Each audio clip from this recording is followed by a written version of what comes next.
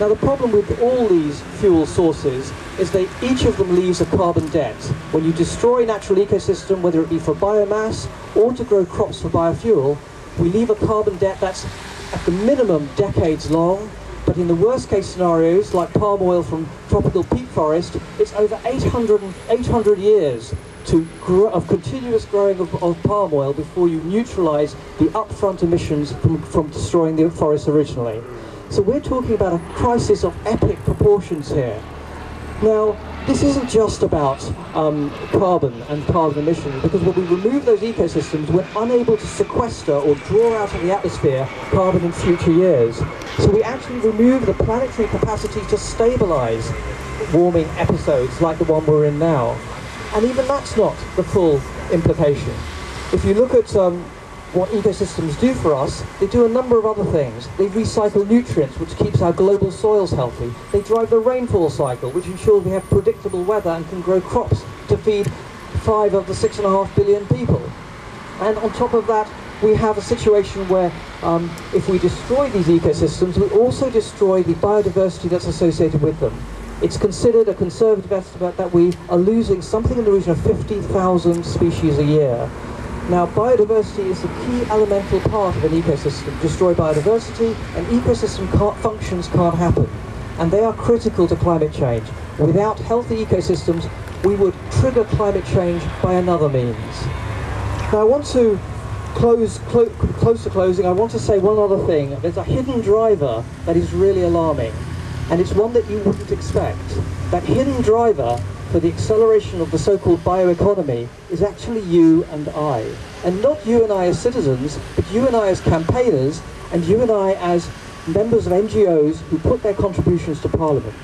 Because what we call for, and quite rightly, is for dramatic cuts in fossil fuel emissions.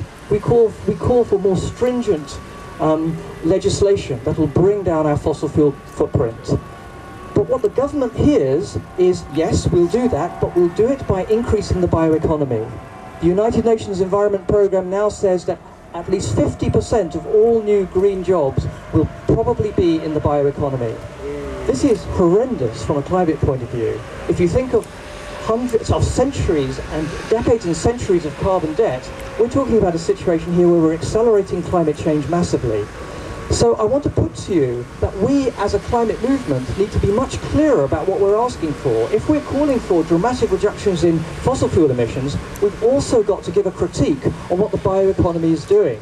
And that critique needs to say that we need to stop clearing natural habitat for biofuel crops. We need to stop considering biofuels and bioenergy as renewable, because in the time frame of climate tipping points, which is 10 years, 12 years, maybe 15 years at best, none of those fuels are renewable. They're renewable over hundreds of years.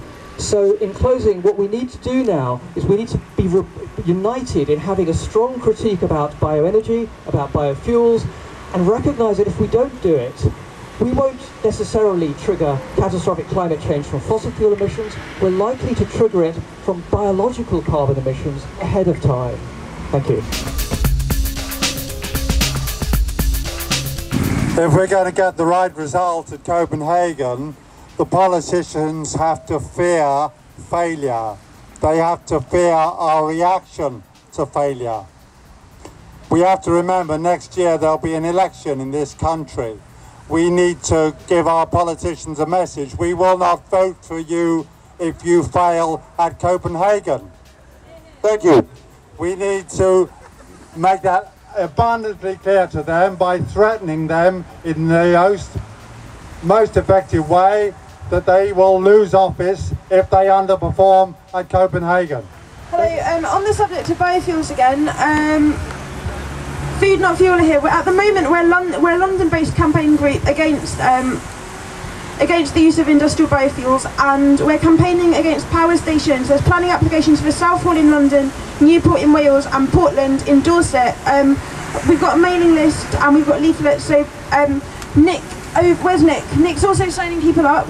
He's over there in the black jumper waving, so please come and see us and sign up to the mailing list. Thank you. I'm from Oregon in the United States, and they lowered the speed limit there to 55 miles an hour about 1970. It's remained that ever since, as far as I know. It can work, it does work. So So there's no excuse for politicians not doing it here. Thank you.